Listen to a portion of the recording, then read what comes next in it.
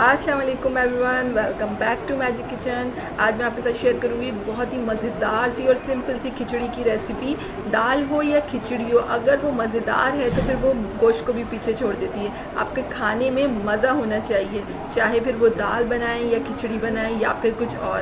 अपनी recipe start करते हैं, लेकिन उससे पहले मेरे चैनल को सब्सक्राइब कर लें और बेल का आइकन दबाना मत भूलें, ताकि हर रेसिपी की नोटिफिकेशन आप लोगों तक पहुँचती रहे। एक पैन में ऑयल गरम कर लिया, उसमें उसके अंदर तेज़पात का पत्ता और बड़ी इलायची और दालचीनी शामिल करिए। इसको मैं हल्का सा यहाँ फ्राई करूँगी और उसके साथ ही मैं यहाँ पे शामिल कर रही हूँ ज़ीरा और प्याज।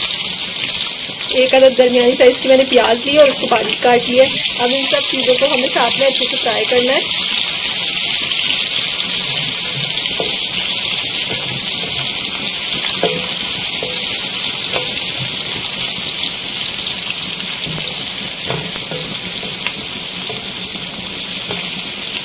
हम यहाँ पे इसको इतना फ्राई करेंगे कि हमारी प्याज का कलर थोड़ा सा चेंज हो जाए। हमारी यहाँ कलर प्याज का चेंज हो चुका है। अब मैं इसमें शामिल करूँगी लहसुन अदरक का पेस्ट।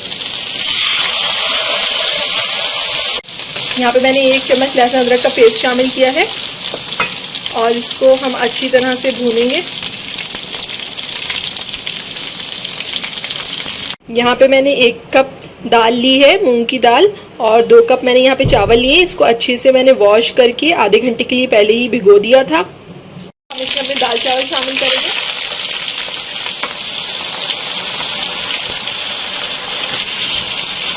यहाँ पे तकरीबन 3 कप दाल चावल हो गए थे। 1 कप दाल ली थी और 2 कप चावल, और साथ साथ में इसमें पानी भी शामिल कर रही हूँ।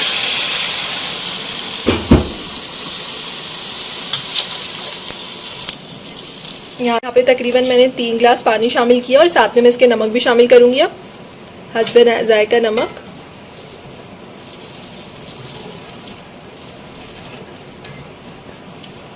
एक बात ध्यान रखें, जब भी आप खिचड़ी बनाएं, चावलों का पानी इतना होना चाहिए कि वो चावलों से ऊपर हो।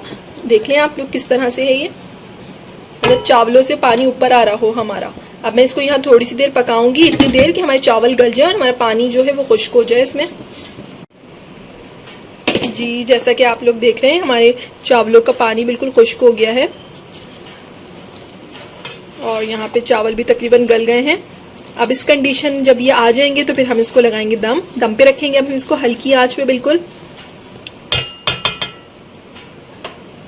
मैं इसको यहाँ पे 15 से 20 मिनट के लिए दम पे रखूंगी, बिल्कुल लो फ्लेम के ऊपर।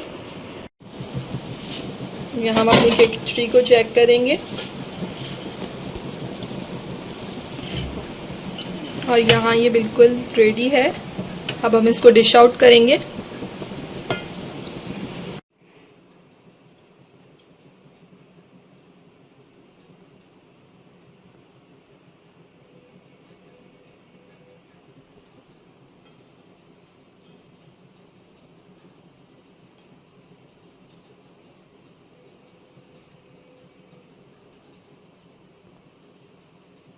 यहाँ बिल्कुल रेडी है हमारी गर्मा गर्म मज़ेदार सी खिचड़ी। आप लोग इसको सर्व कर सकते हैं सलाद के साथ, अचार के साथ, चटनी के साथ, जैसे दिल चाहे आप इसको सर्व कर सकते हैं। आप लोग इसको ज़रूर ट्राई कीजिएगा। रेसिपी अच्छी लगे तो मुझे लाइक और कमेंट के ज़रिए ज़रूर बताइएगा आप लोगों को कैसी लगी थी। इंशाल्लाह फिर मिलेंगे एक नई रेसिपी के साथ। जब तक के लिए अल्लाह हाफ़िज़।